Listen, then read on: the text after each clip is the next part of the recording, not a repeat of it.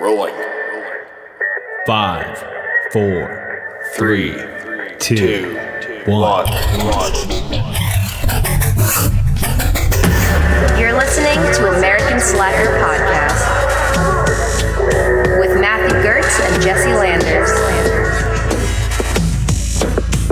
You'll see here the human male boasts the size of his testicles. I drive great when I'm blood. It's all about the sauce. Good, get him out of here. Get him out of here.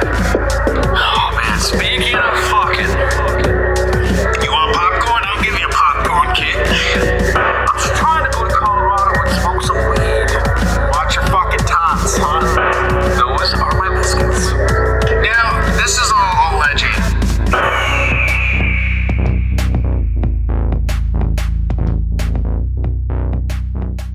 Welcome to American Slacker Podcast. As always, I'm Matt.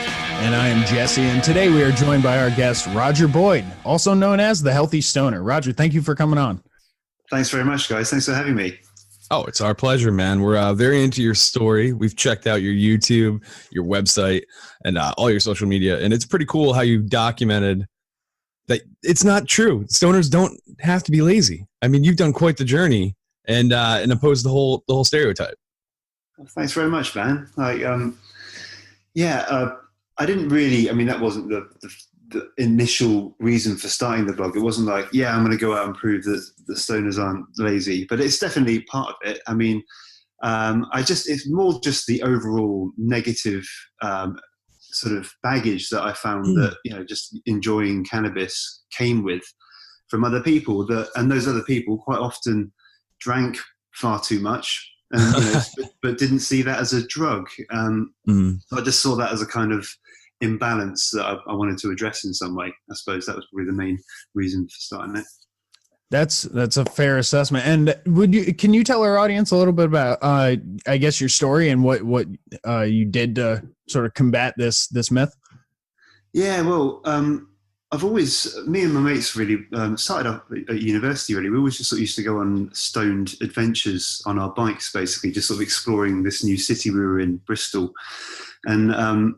It's just, I was smoking spliffs back in those days. I'd take a bong out with me in my bag and just go and have great fun riding our bikes around and exploring. And that's always something that's just, I've always tried to keep, I've always just loved that sort of, that time, and I've always tried to keep hold of it. So when I gave up smoking and discovered vaporization, I had this kind of, I wanted to evangelize about that a bit, because I just couldn't believe how better I felt and how like my lungs had felt like they healed up a little bit quite quickly.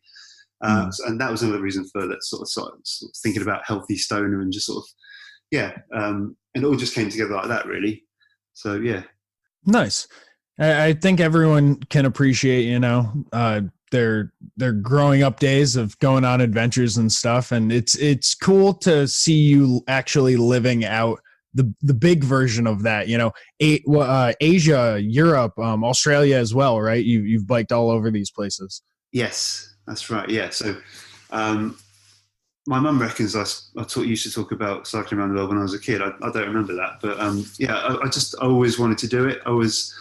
I've always just had this romantic idea about traveling on your own steam, carrying your own stuff, carrying a tent and just sleeping under the stars. And it became reality in 2015.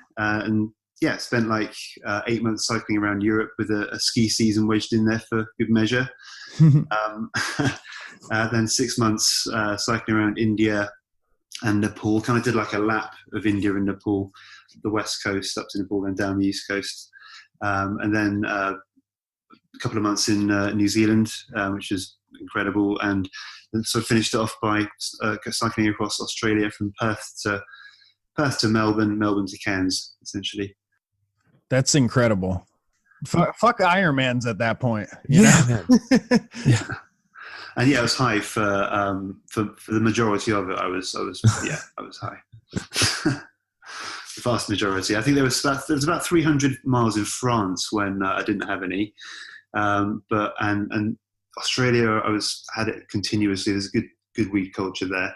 Oh, really? Wow. Oh, Yeah, they love their weed in Australia, definitely. Because one thing that I had read doing like kind of a little bit of research into your background, I saw a comment that said, you didn't see many people when you were cycling through Australia because it was more barren in certain places.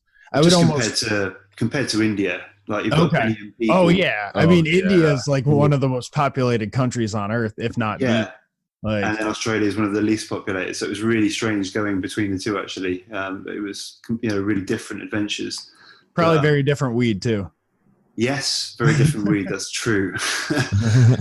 India, it was just like indica, obviously, just like continuously for 6 months. The hash in Nepal, that was the good stuff. That was amazing. Yeah. oh man. Did you ever And that hit aged really two well. stone to bike where it was like you felt a little jelly legged and you're like, I might need to take a break for a second going up these No. 30-degree inclines on hash? I mean, I would always have little breaks, but Right. I generally get stoned on those breaks, so it wouldn't be like Not too bad, I guess, right? yeah.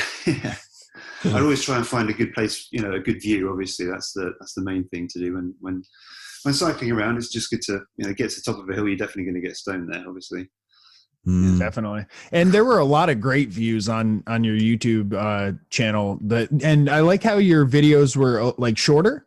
They were short, sort of just like a snapshot of like the best parts of like the day kind of thing. That's it. Which like I would love to smoke at half the places that you Oh, smoked man, at. Hercules Cave. Yeah, that's funny. Fucking ridiculous. Yeah, just found that cave. I was just cycling along. There's a sign, so yeah, just parked the bike up and took the vape up and had a nice little token in Hercules Cave. I thought he definitely would have approved, I reckon. Definitely. So far, do you have like a favorite like route you've taken in the favorite country or anything like Favorite that? country, yeah, I mean, Nepal has to be the standout, really. Mm, yeah. Something I didn't realize before I went there was it used to be the Amsterdam of Asia. Oh wow. Oh wow. Yeah, Never knew that. really strong weed culture there. Ooh. They were sort of forced by the US to make it, to criminalize it basically in the 1970s. Oh wow. Under the kind of, I think that happened in a few places. There we go again, fucking it up for everyone. Thanks, America. But it's still legal for 1 day a year there for religious reasons. What? The only country That's where it's amazing. for 1 day a year. Weed Christmas? Basically, yeah. I guess Canna Christmas probably rings a little bit better. Yeah. But I'd be like, honestly, I'd be stood having a crafty vape in the middle of nowhere in the Himalaya, on a Himalayan foothill on a mountainside, and some dude would just walk past me, seeing I was vaping, and be like, "Hey, you want some smoke?" and just pull out some like weed for me to buy. Oh wow. Just like the only guy for miles on the side of a mountain. Yeah, it was amazing. That's Damn. amazing. Yeah. It seemed like you had like a decent amount of those interactions too, where just like you ended up smoking in some dude's house in the middle of India, or like finding a reggae station, just like bumping tunes off the side of the road. Like, Yeah. I was really taken back by like some of the things. It's like he's just like chilling in this person's house that he's never met. You've got to be, obviously, when you're in a foreign country doing illegal shit, you have to be pretty careful. But Yeah. just, good people find you somehow, and good situations find you, and it just happens, and it's great. So I didn't really have to push it. I didn't ever really go around saying, "Hey, I like weed," kind of thing. It just sort of found me. It was great. Yeah. Oh, that's amazing. Cannabis karma. Yeah, man. Exactly. The universe. Did you ever run into a situation, because it seemed like a lot of the times in your videos you would sort of pull off to the side and just find like a quiet little area? India seemed particularly hard to do that in. Oh, The amount of people that people would just pop up and be like, every single "Hey, time. hi, what are you doing?" There'd be always just some guy just stood staring at me, and we'd be like, "Hey man, how's it going?" And they'd like give me a little wave, and then just go back to staring at me. But I mean, it's fine because I was an oddity. You don't get many tourists around in quite a few of the places I was in India. So, Right. um, What was there ever a point where like a cop rolled up or anything, and you were kind of like sort of caught in the act, and you had to like scramble or anything? no, Oh, good. Honestly, no. I mean, You got a lot of good cannabis karma on your side then. Also the stealthy toker, he's known as now. I had police in India. We all gathered around for a selfie. That was quite nice. That was a nice moment. That's awesome. That one other thing about India that I definitely wanted to ask you was people were just saying hi as you would pass. It seemed like every single person said hi. Is that just like a thing in India? I mean it's a thing for if you're a tourist basically, and it's not so much in like the cities and stuff. They're kind of used to tourists there, but Westerners in the kind of off the beaten track places I was going to definitely attract some attention. I had like quite often, 2 or 3 times, I had a queue of mopeds behind me waiting for selfies, basically. Wow. Which, a mini celebrity. Yeah, it was a taste of what that's like. It was fine. It was good fun, really. It's just nice to chat to people all day as you're cycling along. But yeah, they all seemed really nice, like super friendly. Really friendly. Just they're lovely people, really are. Yeah. At one point, I remember you were sort of cycling down the road, and someone in a car like hit their brakes and stopped to be like, "Hi." I was just like, this is crazy. I remember being like having like a large truck on one side of me and a tractor on the other, and just being like, both kind of chat to me, kind of thing. It was, we were only going about kind of maybe 20 miles an hour, 15 miles an hour, so it was fine. But, right. Everything happens much slower in India, so there's time to correct. So the thing I worry about in India is when more people start driving cars there, and start sort of driving around at 70, 80 miles an hour. That's when there's going to be problems. Yeah. So everything travels on the highway there. So, like including cattle and pedestrians and bikes. And oh yeah, there were cows everywhere. They were just kind of doing their own thing, it looked like. Yeah. Mm-hmm. They're everywhere. Yeah. The streets there too, it sort of reminded me of like being as busy as Manhattan, but like a lot smaller and like rougher roads. Yes. Yeah. It's just like constant like movement is what it looked like. Definitely. Yeah. And that's not even, I mean, everywhere is like that really. And everyone wants to be on the main road. So the main road's, it's just a busy place really. But it's India was definitely the kind of left the biggest kind of emotional footprint on me. It was amazing. I get a little emotional thinking about it, to be honest with you. It was incredible. Yeah, it was. These are untethered conversations at the back of a bar. These are the things that we oft leave unsaid. These are the lost signals we put out into the ether. With discussions on video games, movies, literature, philosophy, and more. The Lost Signals is a podcast platform for interesting analysis of pop culture at large. Founders Scott Thurlow, Stephen Hermosi, Jonathan Ian Manzer, Chris Morgan. I produce a steady stream of content since March 2015 to bring our unique views and ideas to our audience. Can you tell us a little bit about the food from India? I know that was sort of a favorite of yours. Yeah, just amazing curry every single day. Just the breads there are delicious. Oh yeah, I bet. Naan. Yeah, I was really cautious to begin with. I wasn't really eating meat to begin with. So I really thought I'd miss it. But the vegetarian food there is so good that I just really just dove straight into that kind of thing, head first into that. And it's weird because it's such a vegetarian country. I don't know if you know this, but like to get meat, you have to go to a specific non-veg restaurant. Actually, it will say on the front non-veg, where you can get your meat from. So I did start to have a bit more chicken as time went on because I needed the electrolytes a bit more as I kind of lost a bit of weight. But yeah, like the food there was a real treat. I loved it. All the fruit by the side of the road as well, like so watermelon and they just chop up for you right there by the side of the road. Coconuts, I just had coconut out of the nut continuously. It's best sports drink. Oh yeah, there is. Yeah. Like sugarcane juice that like they press from the sugarcane with this like motorized press thing. Absolutely delicious. That all sounds amazing. yeah, it is amazing. Yeah, it was. So riding through Australia, you said that they had the best bud culture out of all the places you went. Yeah, I mean, as in like the quality of bud. Yeah, or just I guess you made it sound like you were never really in need. No. Going through the Aussie actually, territories. It's so strong there, the weed culture, because every single if I was sort of vaping by the side of the road in Australia and somebody pulled up in their car or I saw somebody, they'd often be stoners as well. Like more often than not, I found they would be stoners and they would give they would donate some weed to the cause, which I didn't even, obviously I wasn't expecting that in any way, but it was lovely. But more often than not, they go, "Hey, dude, here's a little bud for you." So it was lovely. Yeah, really cool. That is really cool, man. Yeah. Would have never expected that from down under, man. Oh yeah, man. They're really laid back bunch, aren't they? So they're pretty chilled. Well, that's awesome. Apart from the race, there's a couple of racist ones, but yeah. Oh jeez. Oh god. You get them everywhere, though, don't you? Yeah, exactly. Unfortunately. Yeah. I feel like the climate in Australia would be perfect to grow weed. It's probably I bet their best bud naturally is probably so much better than ours. Oh.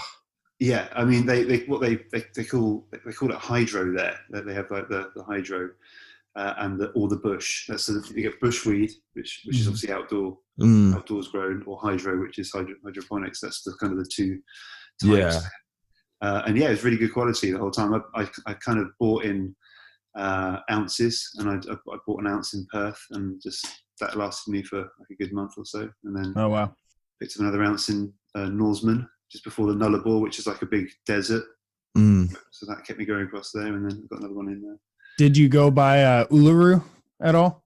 I have been to Uluru before, but no, I followed the coast basically. I wanted to. That would have been trickier. Obviously, there's really nothing in. That's a whole different level of adventure, really. Yeah, it's like straight desert in all directions. Yeah, I mean, I had a taste of that on the Nullarbor because that's 800 miles of nothing basically, with like 5 or 6 gas stations through it, and that's it. But yeah, I mean, that would have been the whole way like that. And there's a lot more to see on the coast. There's a lot more kind of variation of landscape, and it's probably a lot nicer to look at.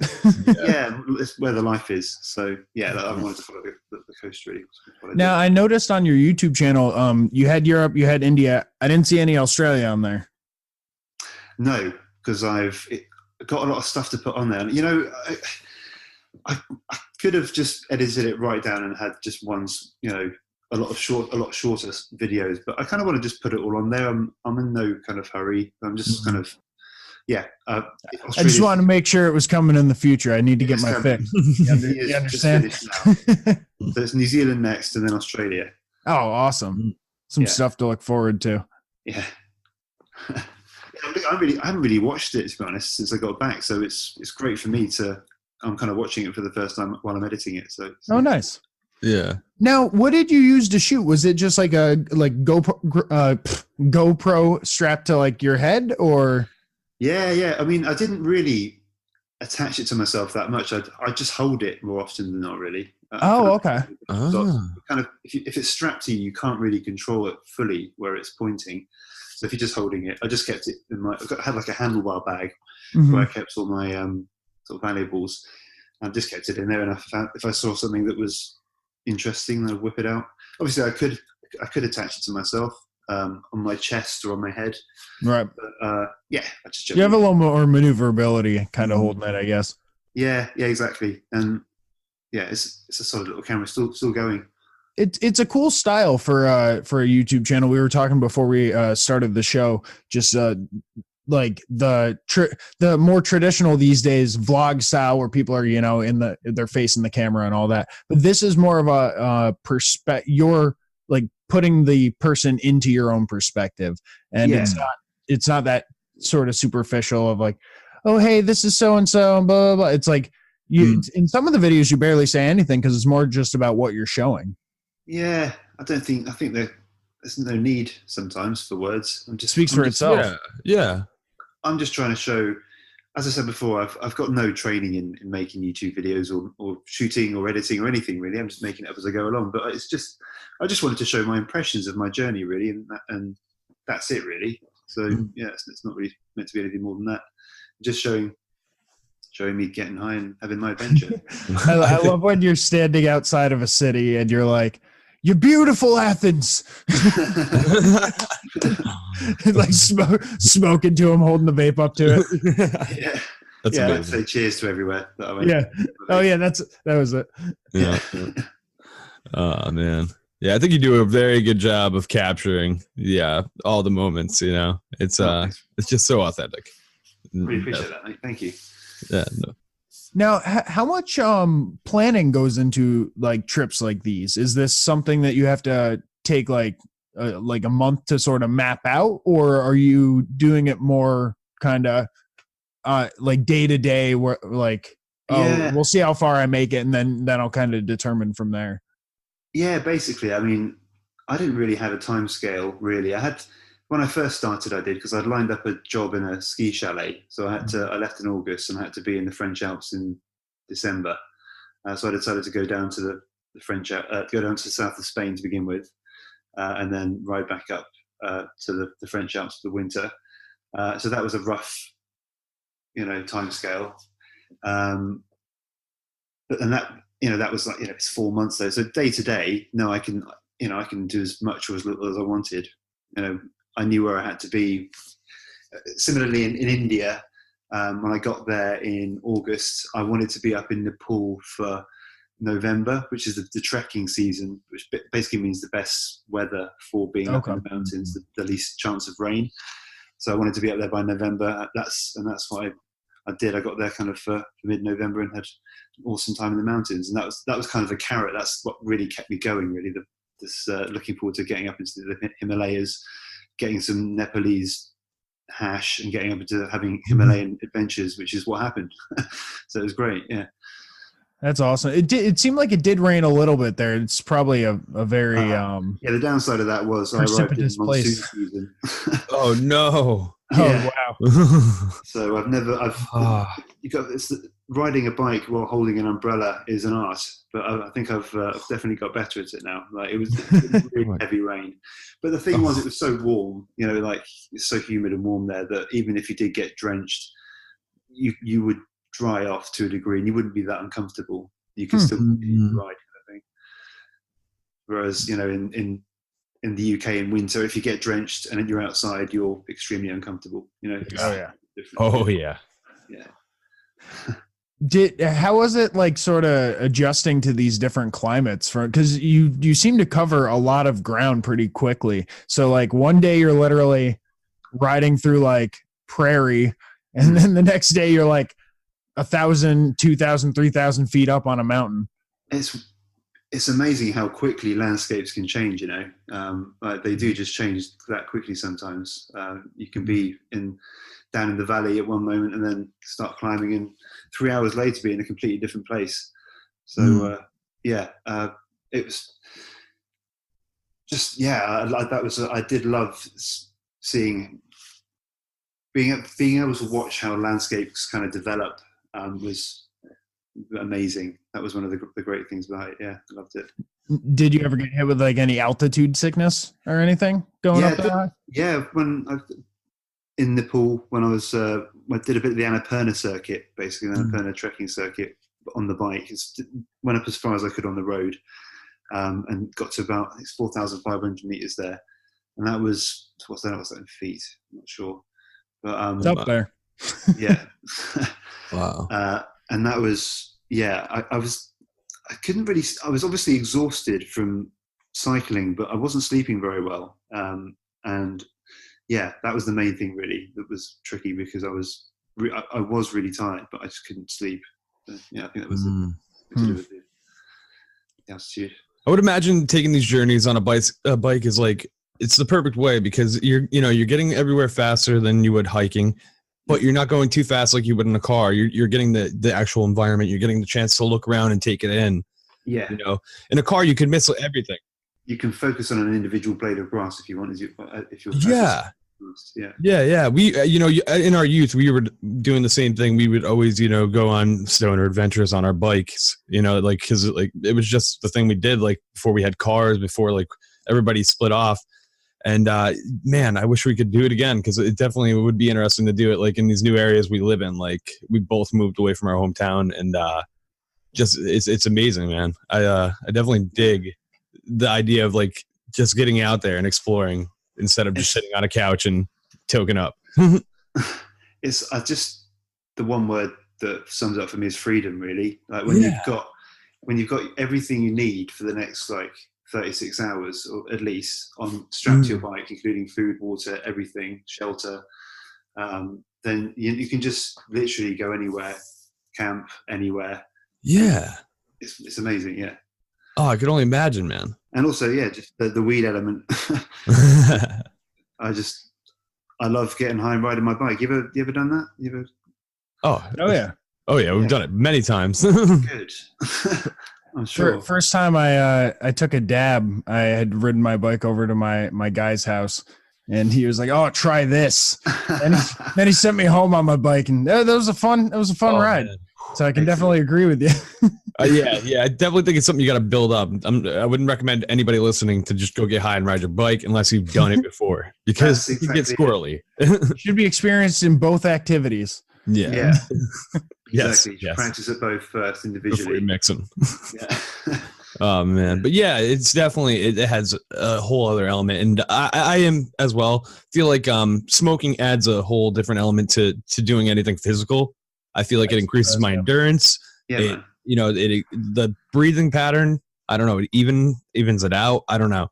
I just feel like I just am able to go that much more and not focus on the physical aspect, whereas I would be able to take in the environment a little more too. Totally. Yeah, man. That's it. It really just elevates you above any of the physical pain of the exercise. Just, as it does with everything, takes the edges off. Yeah, I used to do CrossFit, man, and every morning I used to do it like 6:30 in the morning, and I took up before I went to my class every morning, man, and it was like that much better. Wicked. Probably helps you get in the zone sort of too. Like I imagine you get like a flow state a little bit easier. Mm-hmm. Really does, because you do get like a real buzz from exercise, don't you? And it just magnifies that thing. Yeah, it's like the natural drug, man. You start, all those endorphins, and like you're just cranking out all these chemicals in your body. You feel good. That's it. You always feel good after a good workout. Definitely, man.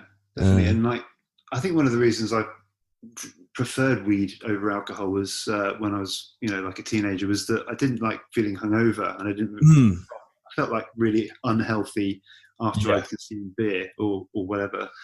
I still do drink, don't get me wrong, but like,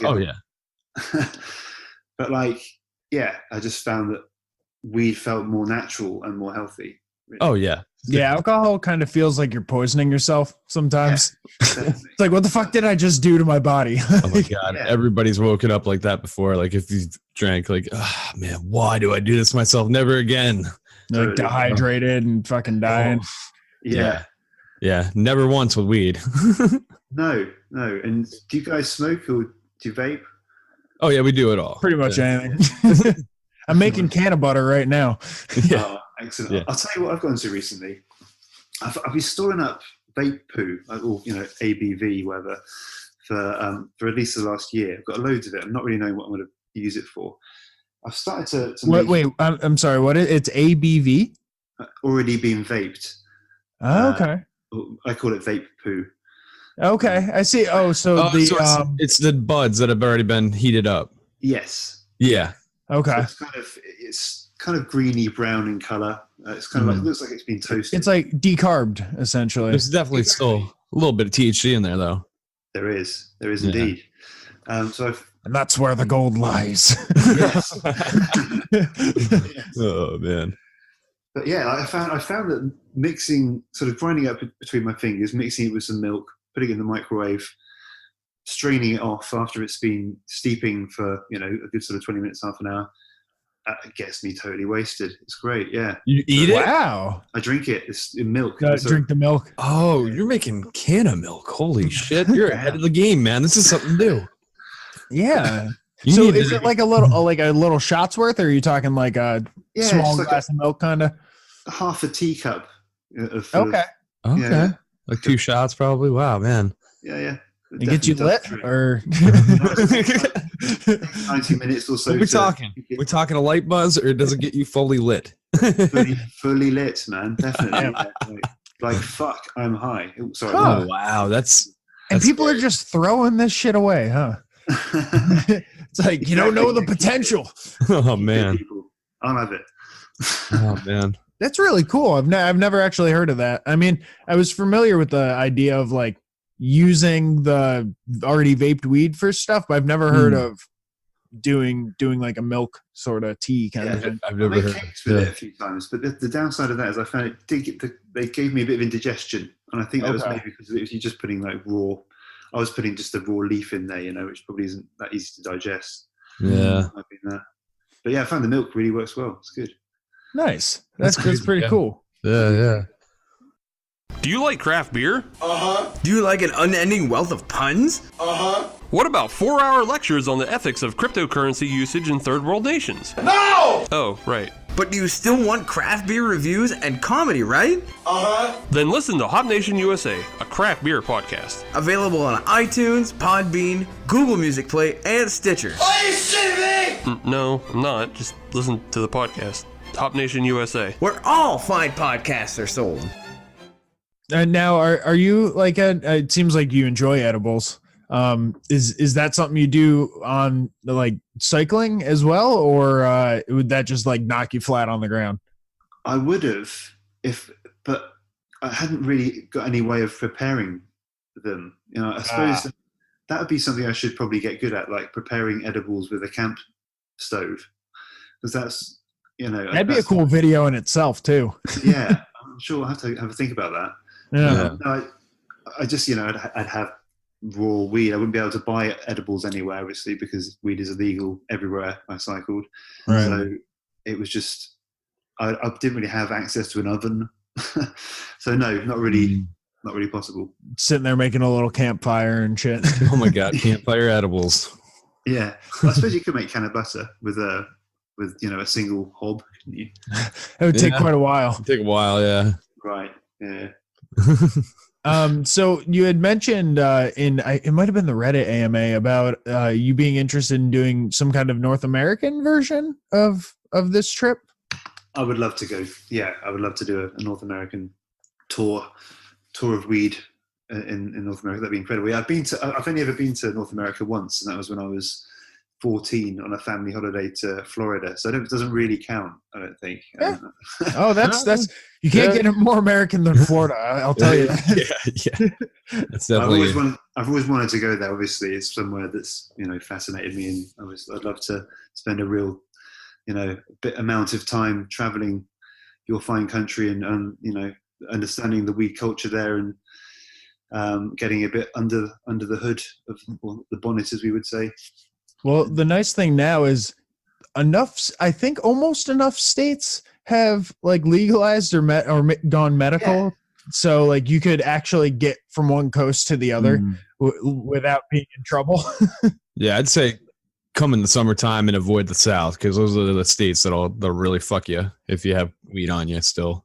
Yeah, when you hear the banjo music, you're in the wrong area. Even parts of Texas, I would imagine, are a fucking nightmare. Yeah. Right. Yeah. So I would stay like middle America or top tier in the summer. Or hell, the great north above us. Oh God, those guys shit on lock now. Those guys are free. Canada is. I'd love. Yeah, I love. Yeah. Can't wait to go to Canada. Yeah. That would definitely be a summer trip, because biking in the winter in Canada, I'm sure, would just be not doable. Cold, the wrong clothes. That's all. There's no such thing as bad weather. It's just the wrong clothes. Or the wrong treads for your tires. Yeah. No, that would be awesome. I mean, there's plenty of shit to see, even just across the states, let alone Canada added to that. And hell, even Mexico. That would be awesome to bike through Mexico too.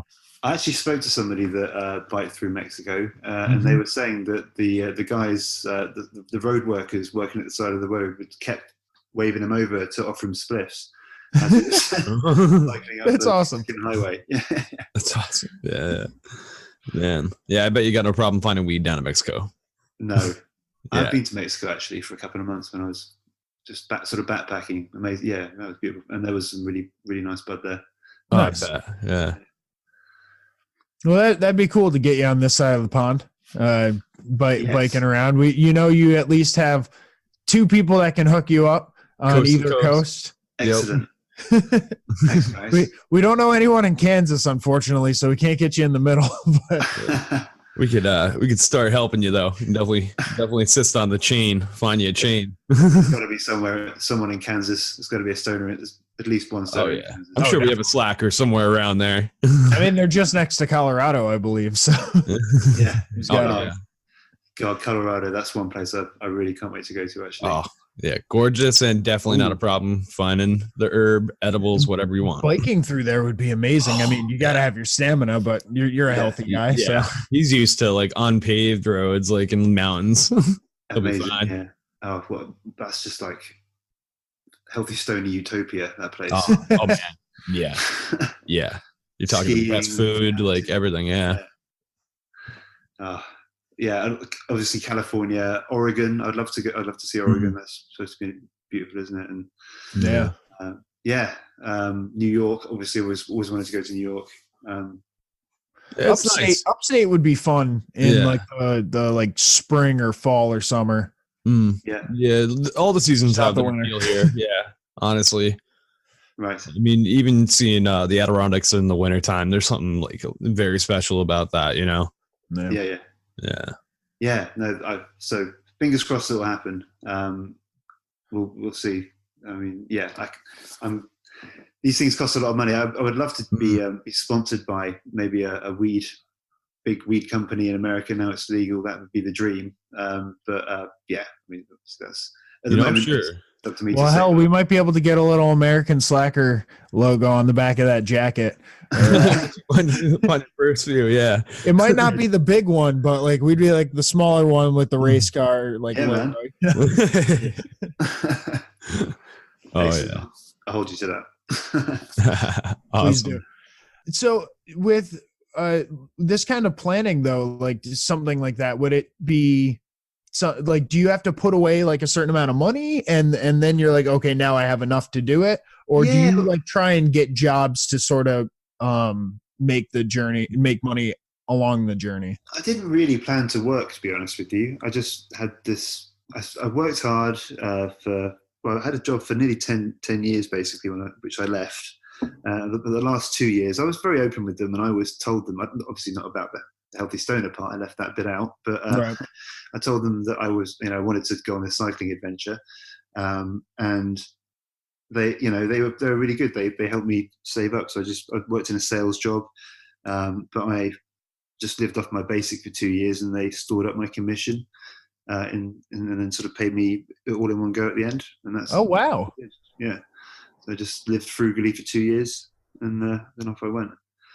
That's fantastic. So did you keep a place like back like at home per se? Yes. Okay. Yeah. I've got a place in Bristol which I'm back in now.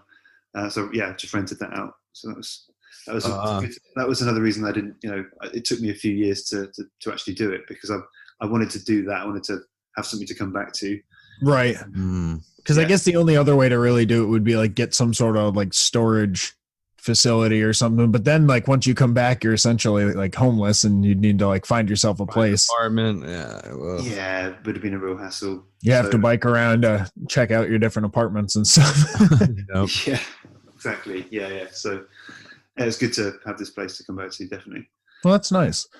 One other thing I was like thinking is like all these borders that you crossed, did you have like a passport that they had to stamp or anything? Because some of them just look like you just like kind of rode right through. Yeah, well, that's Europe basically. There's the Schengen zone in Europe is unpoliced, so that's good. No hassles there. They just all sort of have agreements with each other. Yeah, it's part of the European Union, really. We're cool. It's just open borders. Makes it easier to get weed from one country to Yeah, right. I was gonna say that's all I can imagine when you portray this picture. I'm like, how does he have weed in all these countries that I thought you could get murdered for having weed by the cops? Yeah. Most countries, I think, have this really sort of two-faced approach to weed, where they on the one hand tolerate it, but then can be really strict about it. That's quite often. Well, India, for example, there's a really strong culture of weed there. Like it's used in holy ceremonies. Like certain people are allowed legally to smoke it, like holy people.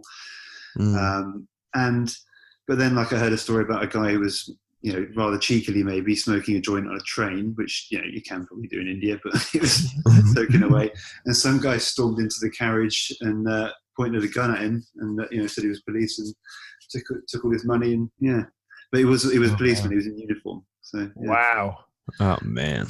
So that is not a fun fucking Saturday. No, it's not.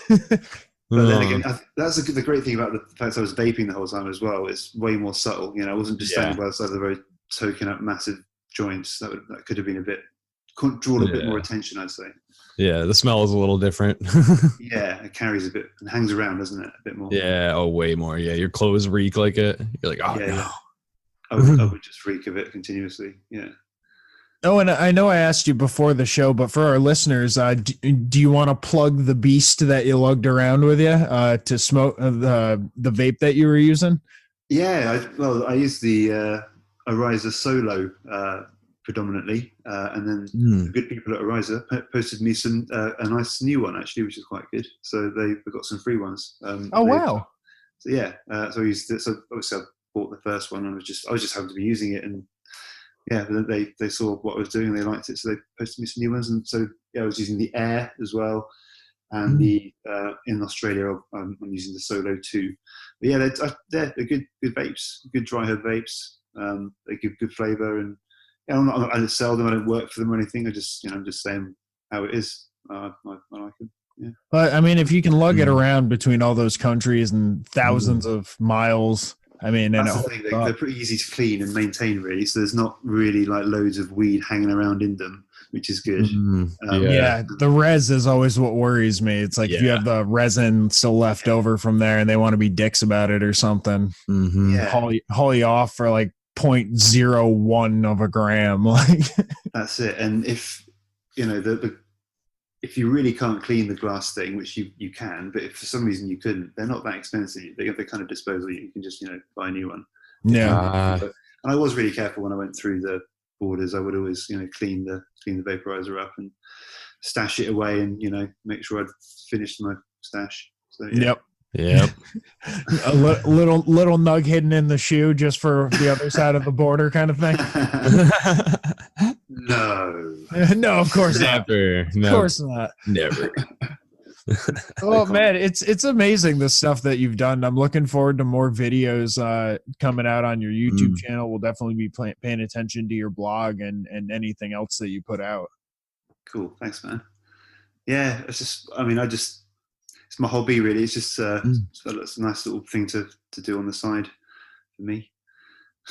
Well, it's quite the hobby, man. I mean, a couple more years, I think you should write a book about it, because the experiences you're gathering are just so unique, and I feel like a lot of people would love to hear more about this.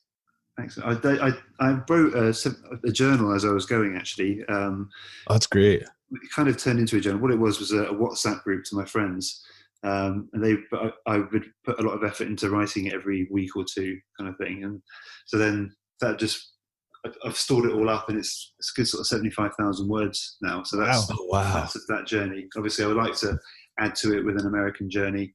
And, but yeah, that is something that I would like to happen one day, for sure. Yeah, I would love to read your first book. Yeah, I would definitely pick it right up. That'd be quite an adventure. Yeah, man, I do enjoy writing, actually. It's quite therapeutic, isn't it, sometimes, just to sit there. Yeah. So how can the people get a hold of the YouTube and the website, and where can they find this journey? Well, my website's just pretty easy, healthystoner.com. Nice. Nice and to the point. Yeah.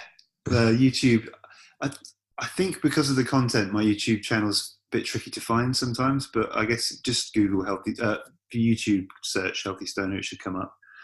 But yeah, it's all on the blog anyway, healthystoner.com. Healthystoner.com, yeah. Also, I think we found you on Twitter. It looks like your Instagram's kind of getting up and running. Yeah, the thing with Instagram, right? I suppose I'm a little bit. It kind of got big, and I kind of missed the boat on it, and I haven't really gone. You're out doing things. Yeah. And the problem with Instagram is in its name. It's instant, and the blog wasn't instant. It wasn't kind of live as I was going, and I made that. I thought it would probably get more traction. I probably, I didn't take the risk, and maybe I should have. But I think it probably, in one sense, it would have been better. And in North America, I will do it live. But in the countries where it was illegal, which was everywhere on this trip, right, I decided to not do it live because I thought that's just kind of asking for trouble, Yeah. Hey, I'm in your country doing this illegal thing, and I'm now going to put it on the internet. And it's taking broadcast my crimes. I'm here today, being illegal again. Right. And then they're waiting at the we can border. catch him. He's only on a bike. Yeah, exactly. So, so you understand, right? Absolutely. Yes. I would suggest still, put up some of the little screenshots from some of your YouTube videos, because I'm sure there's a lot of people. Some of the views that you had, were spectacular, and I think Instagram kind of lends to that sort of imagery in a way. Yeah, I should really get them up there. Yeah, I've got lots of good photos, or just screenshots of video. Actually, that's a good thing about your GoPro. Even the screenshots are good. There you go. So, yeah, I was gonna say a lot of the photos you even have on your website, if you just ported those over to Instagram, it would be a perfect start for your account. I mean, cool. You definitely got a lot of great photos already. I'll get onto that. Well, thank you again, Roger, for coming on. That's Roger Boyd, aka the Healthy Stoner. Go and check him out all over the internet, all of his adventures, and catch him riding through your town, maybe. Hopefully soon. Depending where you're at. Thanks very much, guys. Yeah, it's excellent to speak. We enjoyed it. The pleasure was ours, man. It was a lot of fun, and we'll have you back on after a few thousand more miles, man. Excellent. Awesome. All righty. And thanks everybody for tuning in. We love each and every one of you. Until next time, that's it. There you go. We smoking America. We passing America. I'm mapping America. I'm second America. We talking America. We blazing America. This is fucking America. We're second America. This has been American Slacker Podcast. You can reach the show by searching American Slacker on Facebook, Twitter, Instagram, YouTube, and Reddit, or send them an email to americanslackerpodcast@gmail.com. You can download and rate American Slacker on iTunes, Spotify, Stitcher, Google Play, and all other podcast platforms.